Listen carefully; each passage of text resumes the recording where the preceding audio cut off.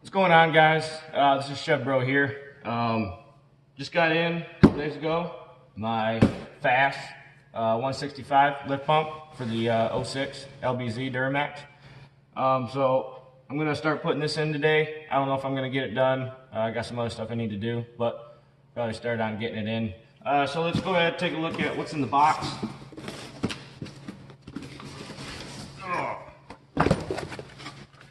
So, instruction manual, might need that, we'll see.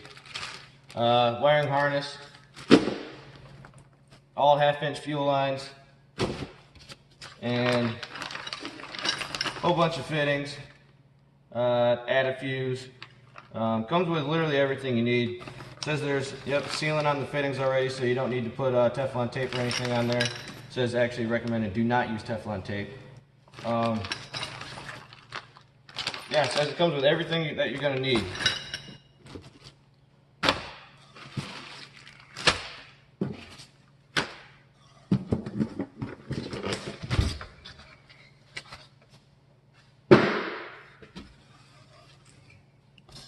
The water separator and the fuel filter comes with both.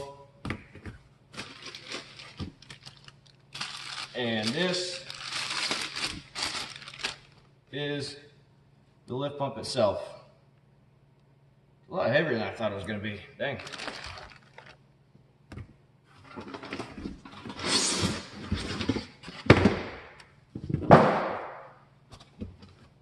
And the two mounting brackets.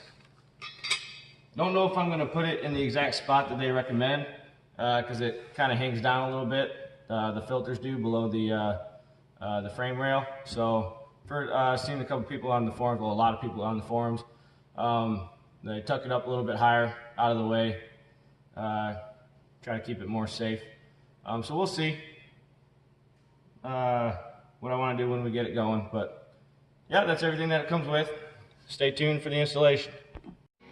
Alright, I got the wire harness pretty much routed the way I want to, besides buttoning it up, making it look nice and pretty and whatnot. I got the power going to the jump spot just because of these side post batteries. They don't really want to. There's not really a good spot to hang a ring terminal on them. The negative side, I was able to do that. I just cut a little bit out of the rubber right there. Works pretty well. For the fuse, it says to find ignition hot, but really you can just find any switch circuit as long as it's switched when the ignition comes on. Obviously, don't want constant power going to the pump. And then routes down behind the inner fender well. Sorry, truck's really dirty right now. And then comes out right above there. And then obviously I'm gonna button this all up, make it look nice. That goes through all the emergency brake cable holes, follows it all the way back right to where it's gonna mount. It says to do the wire harness first because partway through the installation, you need to put power on it so you can lubricate the pump itself. Right now it says to take out the 3 bolts that hold on the factory fuel cooler. So you're gonna have one right there, one right here, and there's one right at the top, right here.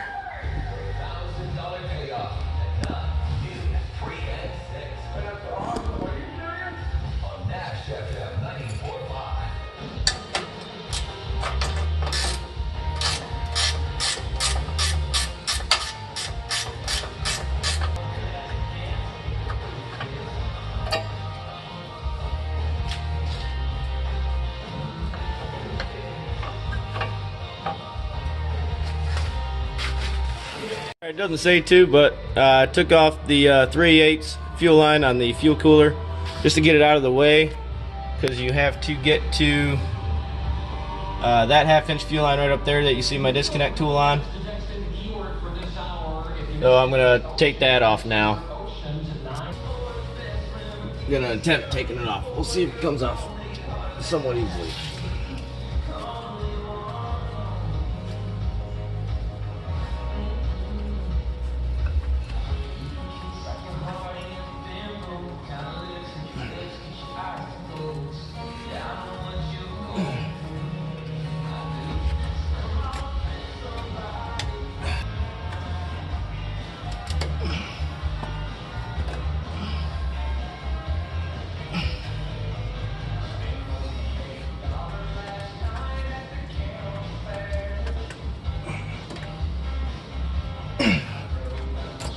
Aha!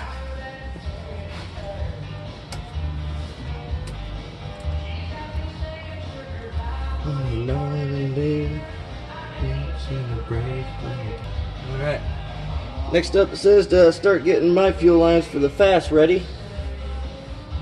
So I can hook them right into that push lock connector right there. Alright, now we're going to put the male end of the push lock fitting into one end of the hose. That's going to go up to the factory steel suction line right in the front top of the fuel tank. Put a little power steering fluid on there, going a little bit easier.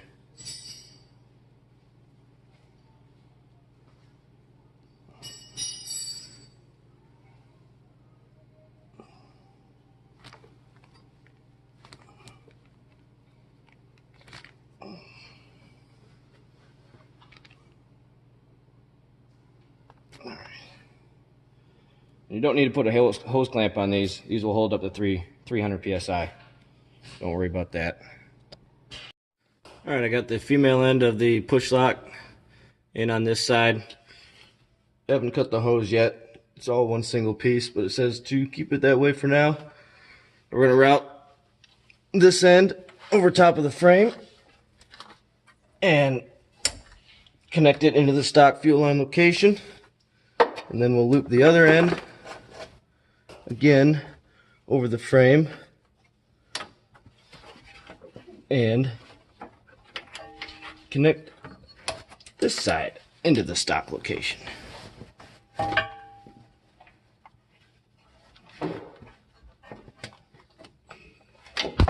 Ow.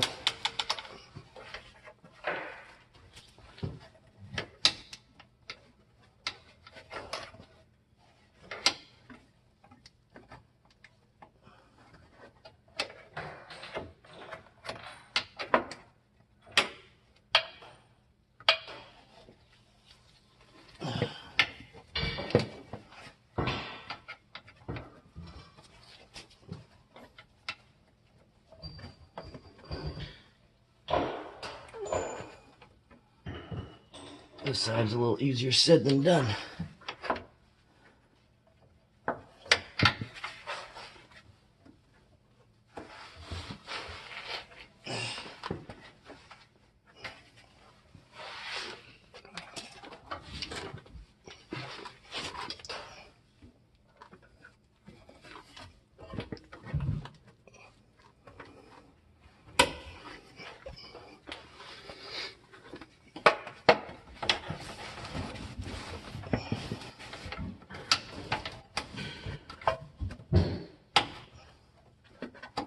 All right. Hose is a little kinked there, but I'm sure we can figure that out.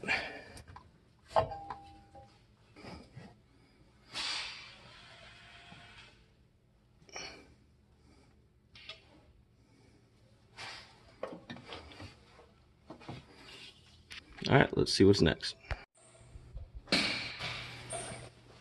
All right.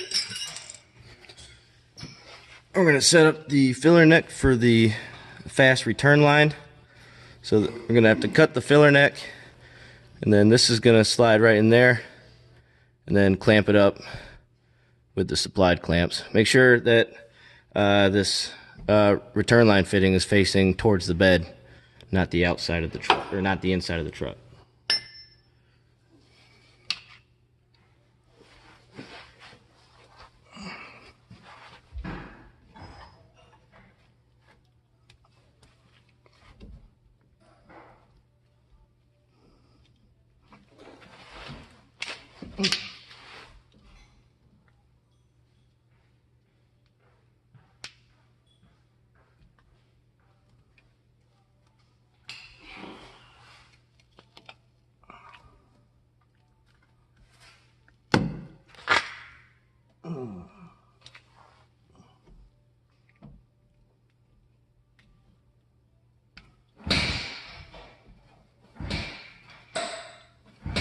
Need a different method here.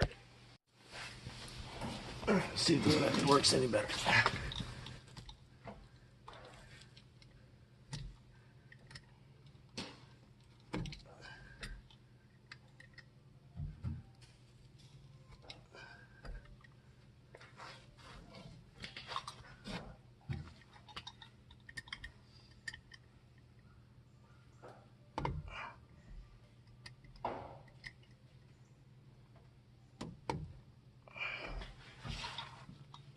really.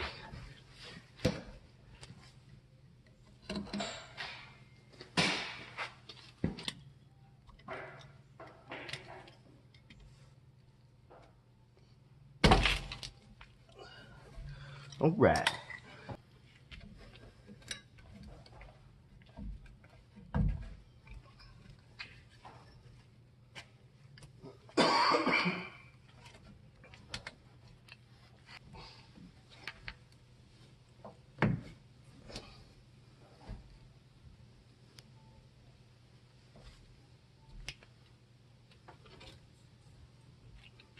That'll do, pig. That'll do.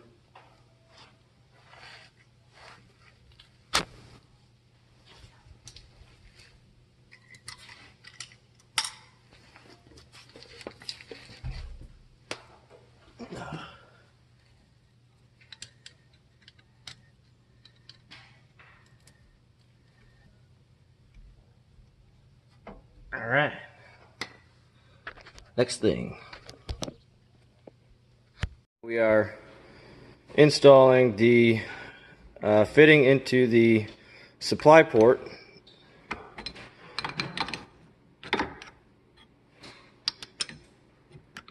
No need to put Teflon tape on there. It already comes with sealant on it. Literally says not to put Teflon tape on.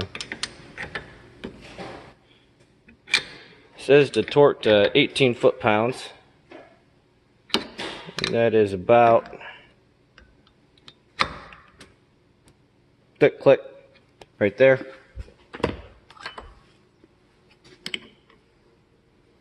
And this one, it says not to tighten up yet. So I guess we're going to put on one of the mounting brackets first.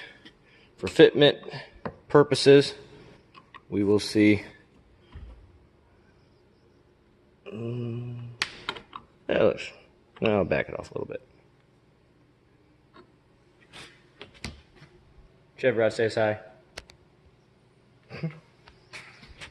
To lubricate the water separator with some WD-40, go ahead, bump the key.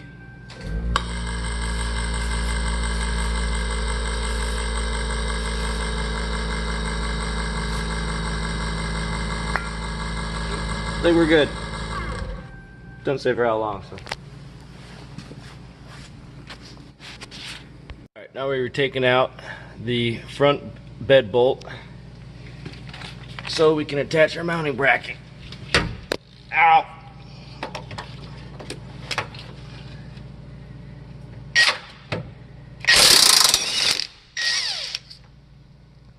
Gotta love the earthquake.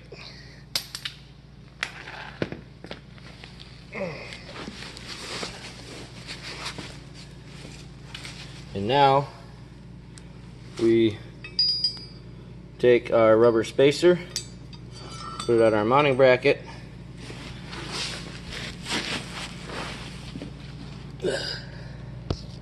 and put it up where it belongs. Got my brackets loosely mounted. The bed bolt one, that one's tight. It's where I want it to be. And then the bracket for the actual pump itself, put it about where I want it. Just gotta tighten it up. A lot of people, they mount these on different locations. Like I think with the short beds, since you ain't got, I don't think they have the extra front part of the gas tank because it's smaller on the short beds. I think some people put it on the other side of the frame rail, try to tuck it away from road and debris and shit. But I like this location. It'll do all right for now. If I ever do want to move it, then I can move it later. But yeah, just gonna tighten everything up now, and then I can put the pump on. All right, sorry about that. Phone died and it was charging. I just wanted to get this done and over with. So recap. Here is everything routed.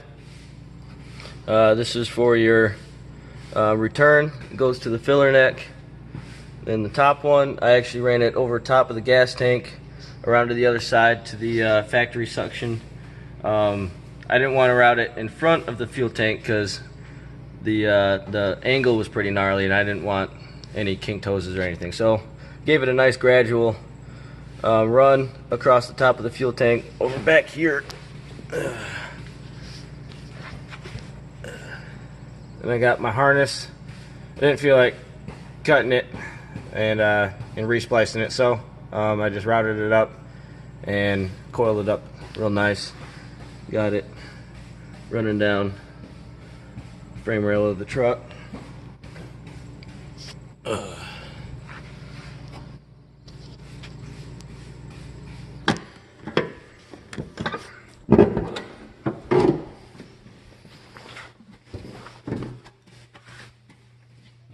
Alright, and up here, like I showed you before, I got the power wire hooked up to the jump spot. The ground is actually connected to the battery. Got the wires coming up here. Yep, coming up right up the top here. Then I got the excess coiled over next to my remote start horn. And then I got the fuse mounted with some 3M tape right on the side.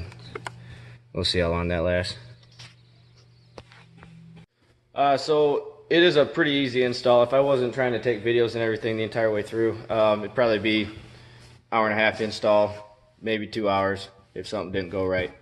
So right before you start it for the first time, just turn the key on, and you can crack the fuel filter on the lift pump until the tone of the Fass lift pump changes, and then you can tighten it right back up, and then she'll start right up. I didn't have any priming issues or anything. And yeah, then you're set to go after that. I know with my phone dying partway through this install, I know I didn't get it as detailed as I would like to. Just comment below if you have any questions, and I'll try to help you out. It's pretty straightforward, but there are little tips and tricks. If you don't know, just comment them, and I'll try to help you through. As always, like, comment, subscribe. Thank you.